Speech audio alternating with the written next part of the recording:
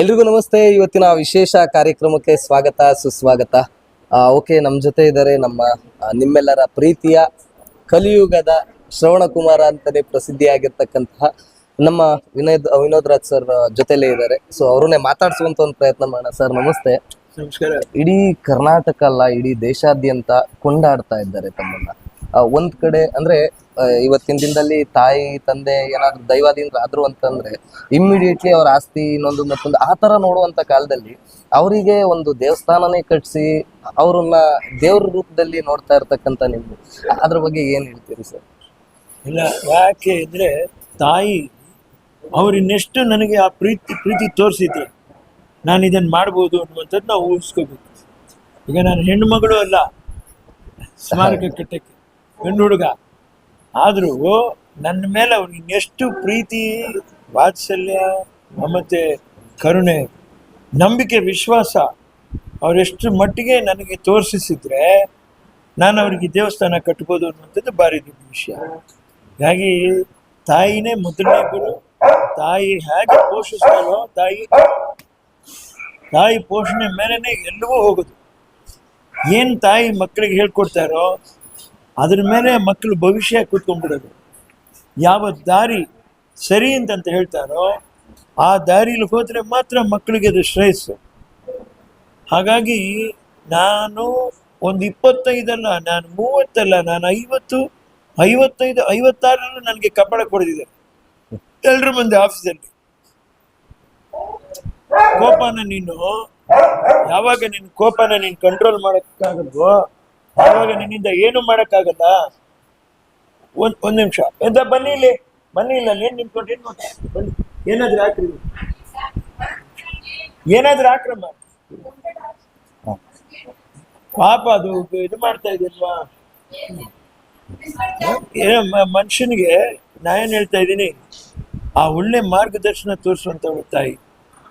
ಆ ಮಾರ್ಗದರ್ಶನ ತೋರಿಸಲಿಲ್ಲ ಅಂದ್ರೆ ಏನು ಮಾಡೋಕ್ಕಾಗಲ್ಲ, ಬಾಳಕ್ಕಾಗಲ್ಲ. ಎಲ್ಲೋ ಒಂದು ಕಡೆ ಹದಗೆಟ್ಟು ಹೋಗ್ತಾರೆ. ನಾ ಸ್ಕೂಲಲ್ಲಿ ಇದ್ದಾಗಲೂ ಕೂಡ ನಮ್ಮಮ್ಮ ಬಂದು ಹೈಯರ್ ಸೆಕೆಂಡ್ರಿ ಲೆವೆಲ್ಲು ಎಲ್ಲ ಟೈಮಲ್ಲೂ ಬಂದು ಇನ್ಸ್ಪೆಕ್ಟ್ ಮಾಡೋರು. ಹೆಡ್ ಮಾಸ್ಟರ್ ಹೇಳು, ನಿಮ್ಮ ಥರ ಪ್ರತಿ ತಾಯಿನೂ ಬಂದು ಮಕ್ಕಳು ಏನು ಮಾಡ್ತಾರೆ ಅಂತ ನೋಡಿದ್ರೆ ಮಕ್ಕಳು ಯೋಗ್ಯತೆ ಗೊತ್ತಾಗತ್ತೆ, ಇಲ್ಲಾಂದರೆ ಆಗಲ್ಲ. ನಾನು ವೆಂಕಟರಾಮನ್ ಸ್ಟ್ರೀಟ್ ಚೆನ್ನೈನಲ್ಲಿದ್ದಾಗ ಅದ್ರ ಪ್ಯಾರಲಾಗಿ ರಾಮನ್ ಸ್ಟ್ರೀಟ್ ಇತ್ತು. ಅಲ್ಲಿ TNC ವರಾಹನ್ ಅಂತ ಅಡ್ವೊಕೇಟ್ ಅವರು, MG ರಾಮಚಂದ್ರನ್ ಅವ್ರ ಅಡ್ವೊಕೇಟು. ಆ ಕಡೆ ಸೈಡಲ್ಲಿ ಒಬ್ರು ಗೊತ್ತಿರೋರ್ನ ಹೇಳೋರು, ನನ್ನ ಮಗ ಹಿಂಗೆ ಹೋಗ್ತಾನೆ ರೂಟಲ್ಲಿ, ಅವನೆಲ್ಲಿ ಹೋಗ್ತಾನೆ ಏನು ಮಾಡ್ತಾನೆ ನೋಡ್ಬಿಟ್ಟು ನಮ್ಗೆ ಫೋನ್ ಮಾಡಿದ್ರು. ಇದು ಒಂದು ತಾಯಿಗೆ ಬೇಕಾಗಿರುವಂಥ ಎಚ್ಚರಿಕೆ. ಲೈಲಾ ಕಾಲೇಜು BCom ಸೇರಿಸಿದ 1 ವರ್ಷವರೆಗೂ ನಾನು ಇದು ಮಾಡಿದೆ. ಆಮೇಲೆ ಏನಾಗೋಯ್ತು, ಅಲ್ಲಿನೂ ಏನೋ ಒಂದು ಇನ್ಸಿಡೆಂಟ್ ಬಂತು, ಡ್ರಗ್ದು ಇನ್ಸಿಡೆಂಟು. ಅದೇ ಈ ಮಾವಿನಕಾಯಿ ಇದೆಲ್ಲ ಮಾರೋ ಇದರಲ್ಲಿ ನೆಪದಲ್ಲಿ. ಸೊ ಅದನ್ನ ನೋಡಿದ್ದೇನೆ ಅಮ್ಮ. ಪೊಲೀಸರು ಇಟ್ಕೊಂಡು ಹೋಗ್ತಾ ಇದ್ರು. ಯಾಕೆ ಇಟ್ಕೊಂಡು ಹೋಗ್ತಾ ಇದ್ರು, ಡ್ರಗ್ ಪೆಡ್ಲರ್ಸ್ ಏನೋ ಅಂತೇಳಿ ಇಮಿಡಿಯೇಟ್ ಬಿಡಿಸೇ ಬಿಟ್ರು. ಸಾಕು ನೀನು ಬಾ ವ್ಯವಸಾಯ ಮಾಡು. ಅಲ್ಲಿ ವ್ಯವಸಾಯ ಮಾಡಕ್ಕೆ ಹೋಗಿ ಆಮೇಲೆ ಸಿನಿಮಾ ರಂಗಕ್ಕೆ ಬಂದೆ. ಆದರೆ ಆ ವ್ಯವಸಾಯನ ಮೊದಲು ನನಗೆ ತೋರಿಸ್ಕೊಟ್ಟಿರೋದ್ರಿಂದ ಇವತ್ತಿನವರೆಗೂ ನಾನು ಅದ್ರ ಮೇಲೆ ಒಂದು ಒಲವು ನನಗೆ. ಆಮೇಲೆ ಅದು ಒಂದು ವಿಜ್ಞಾನ.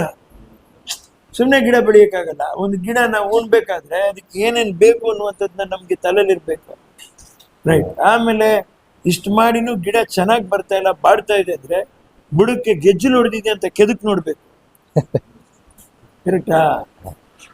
ಆಮೇಲೆ ಎಲೆಗೆಲೆ ಮುಟ್ಕೊಂಡ್ಬಿಟ್ಟಿದ್ಯಾ, ಥ್ರಿಪ್ಸ್ ಅಂತ ಬರುತ್ತೆ. ಆ ಥ್ರಿಪ್ಸ್ ಅಟ್ಯಾಕ್ ಆಗಿದ್ಯಾ, ಅದು ಕಾಯಿಲೆನೇ ಬೇರೆ, ಅದಕ್ಕೆ ಯಾವ ಔಷಧಿ ಹೊಡಿಬೇಕು? ಸರಿ, ನಾ ಇಷ್ಟೆಲ್ಲ ಆದ್ಮೇಲೆ ಗಿಡ ಗ್ರೋತ್ ಬರಲಿಲ್ಲ, ಏನ್ ಮಾಡ್ಬೇಕು? ಮತ್ತೆ ಲೂಸ್ ಮಾಡಿ ಗೊಬ್ಬರ ಕೊಡ್ಬೇಕು. ಅದ್ರ ಪಾತಿ ಮಾಡಿಬಿಟ್ಟು ಸುತ್ತಲೂ ಅಲ್ಲೊಂದು ಸ್ವಲ್ಪ ಗೊಬ್ಬರ ಹಾಕಿ ಹದವಾಗಿ ನೀರು ಹಾಯಿಸ್ಬೇಕು. ಇಷ್ಟಕ್ಕೂ ಪೈಪೆಲ್ಲ ತುಂಬಿಸ್ಬಿಡ್ತಾರೆ, ಅದು ಮಾಡಬಾರ್ದು. ಅವಾಗ ಅದು ಕರೆಕ್ಟಾಗಿ ಅದಕ್ಕೆ ಎಳ್ಕೋತದೆ ಅದು ಪಾಪ. ಹಾಗೆ ಒಂದು ದೊಡ್ಡ ವಿಜ್ಞಾನ ಅದು. ಭತ್ತ ಬೆಳೆಯುವಂಥದ್ದು, ಇನ್ನೆಲ್ಲ ತರಕಾರಿ ಬೆಳೆಯುವಂಥ ಎಲ್ಲಾನು ತೋರಿಸ್ಕೊಟ್ರು ತಾಯಿಯವ್ರನ್ನ.